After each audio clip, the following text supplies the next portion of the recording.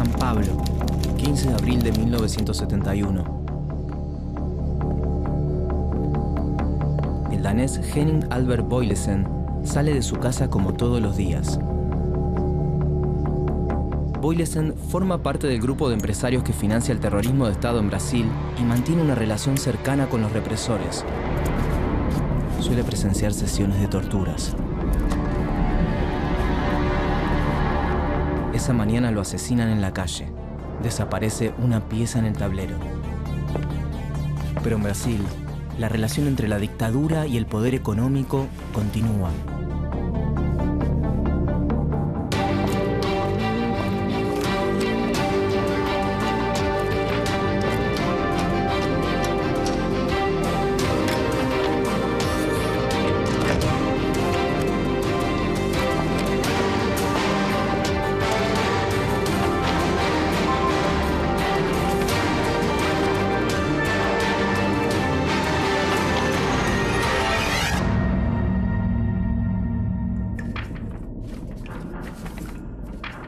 En septiembre de 1961, asumió la presidencia de Brasil João Goulart, alias Jango.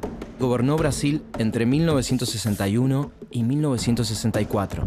El presidente mantenía una buena relación con los pequeños y medianos empresarios, los sectores obreros y campesinos y los grupos más desprotegidos de la sociedad. Durante su gobierno propuso una reforma agraria, se acercó a la Unión Soviética en plena Guerra Fría y se negó a participar de una invasión impulsada por Estados Unidos a la Cuba de Fidel Castro. El 13 de marzo de 1964, Goulart firmó por decreto la nacionalización de las refinerías de petróleo privado y la expropiación de las tierras ubicadas a lo largo de las carreteras y de los ferrocarriles. Brasil parecía encaminarse hacia el socialismo.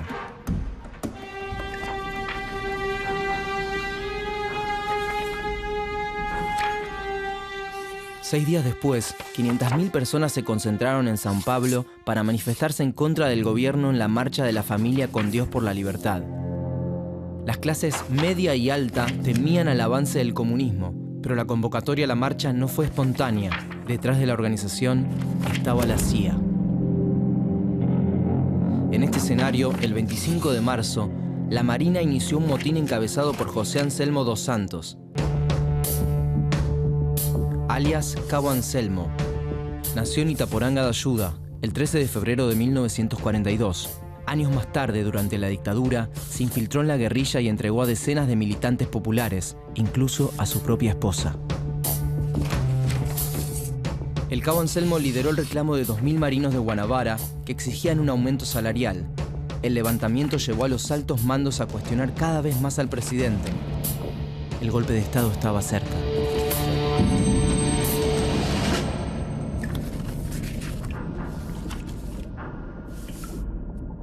El 31 de marzo, los militares tomaron el poder.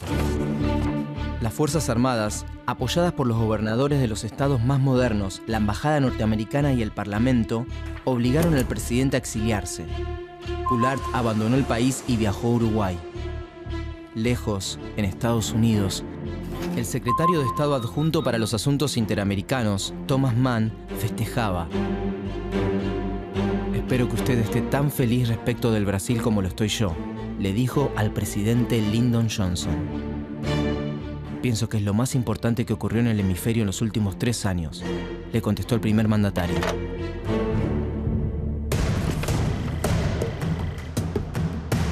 Dos semanas después, asumió la presidencia de Brasil el primero de los 5 generales que ocuparon el poder durante 21 años, Humberto Castelo Branco. El mariscal nació en Fortaleza el 20 de septiembre de 1897. Fue uno de los líderes del golpe militar. Caminharemos para a frente com a segurança de que o remédio para os malefícios da extrema esquerda não será o nascimento de uma direita reacionária. Después de tomar el poder, los militares brasileños siguieron convocando al pueblo a votar. Podían participar de los comicios solo 2 fuerzas: la Alianza Renovadora Nacional, ARENA, que representaba al oficialismo, y el Movimiento Democrático Brasileño, MDB, que agrupaba a los opositores. Quedaban excluidos del juego electoral los políticos señalados como peligrosos para la seguridad nacional. A diferencia de otras dictaduras, el régimen potenció la industria en vez de destruirla. Frente a una América Latina en crisis, entre 1968 y 1973, el país se transformó en la octava economía mundial. La dictadura presentaba sus logros como el milagro brasileño. Pero la contracara del éxito fue la miseria y el hambre. Brasil aplicó un plan de ajuste dictado por el Fondo Monetario Internacional que mandaba a enfrentar la inflación a través de una reducción en los salarios. En la década de los 70, la pobreza afectaba al 49% de los brasileños, en Argentina al 8%. La proporción de indigentes en Brasil alcanzó el 25%, en Argentina solo el 1%.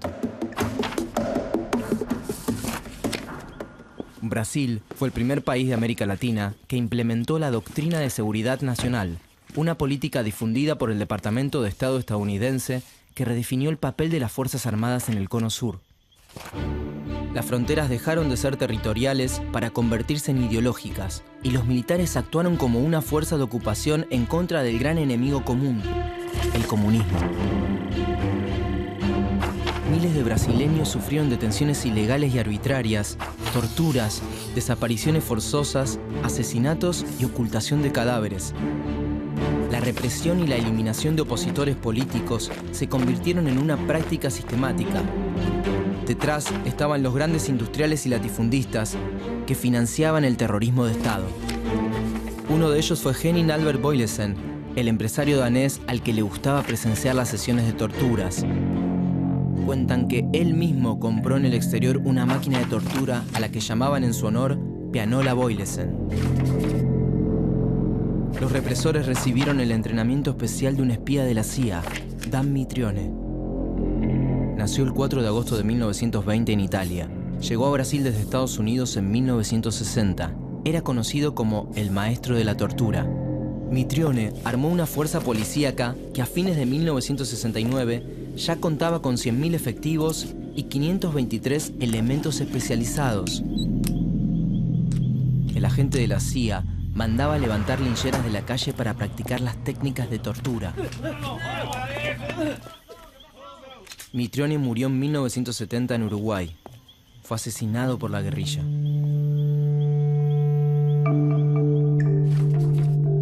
Desde 1973, la crisis internacional del petróleo, la falta de inversiones y el aumento de los precios de los hidrocarburos se hicieron sentir sobre la economía brasileña. El apoyo de los empresarios comenzó a diluirse, pero además la oposición tomó un nuevo impulso. Para esa época, grupos de izquierda formados por miembros de la clase media decidieron enfrentar a la dictadura brasileña a través de la lucha armada. La dictadura respondió con más represión.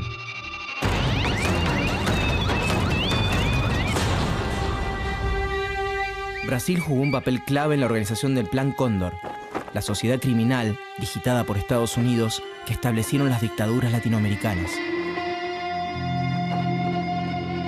Los militares brasileños, que ansiaban ocupar un lugar dominante en la región, se encargaron de exportar la doctrina de seguridad nacional a los países vecinos. Colaboraron también con los golpes de Estado de Chile y de Uruguay y mantuvieron lazos muy estrechos con la dictadura boliviana.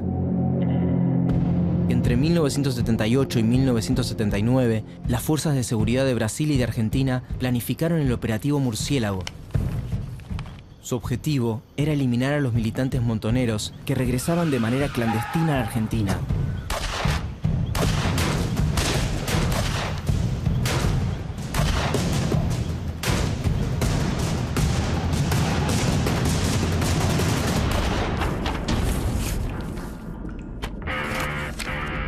En 1978, los metalúrgicos comenzaron una serie de huelgas. Pedían la recomposición de su salario, pero también cuestionaban la alianza entre los empresarios y el Estado Nacional.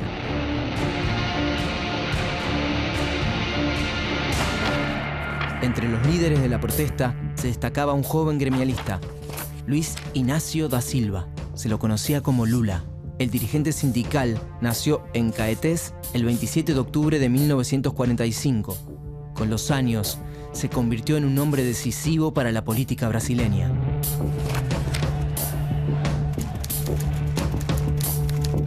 E a serviço das multinacionais foi implantado nessa terra o fundo de garantia por tempo de serviço para fazer o patrão mandar o trabalhador embora com muito mais facilidade. En 1980, Lula da Silva fue detenido y encarcelado en represalia por una huelga que se extendió por más de un mes. La respuesta de los trabajadores a su reclusión fue un recrudecimiento de la medida. Y mientras el pueblo se rebelaba, Brasil recibía presiones internacionales. La Guerra Fría estaba perdiendo terreno y el fantasma de la seguridad nacional ya no tenía razón de ser. En Estados Unidos, el presidente James Carter condenaba las violaciones a los derechos humanos de los gobiernos del sur de América y apoyaba la democratización del continente. En las calles, la población pedía elecciones presidenciales directas. La dictadura debía empezar a organizar su retirada. En 1985, el Parlamento eligió a Tancredo Neves como presidente, pero su muerte sorpresiva dejó en el cargo a su vicepresidente, José Ribamar Ferreira de Araújo Costa, más conocido como José Sarney. Nació en Pineiro el 24 de abril de 1930. Durante la dictadura, fue uno de los líderes políticos defensores de la continuidad del régimen.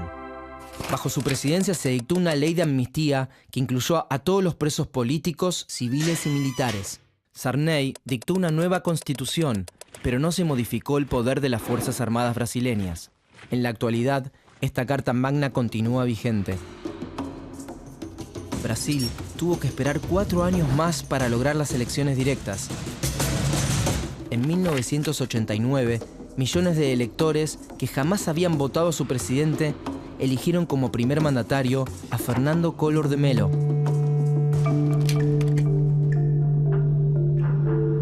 La dictadura de Brasil colocó al país entre las potencias mundiales, pero a costa de la pobreza y el hambre de gran parte de la población. Los militares brasileños fueron líderes en la planificación del terrorismo de Estado en la región. El régimen militar había dejado un total de 434 muertos y desaparecidos. Los responsables continúan en libertad.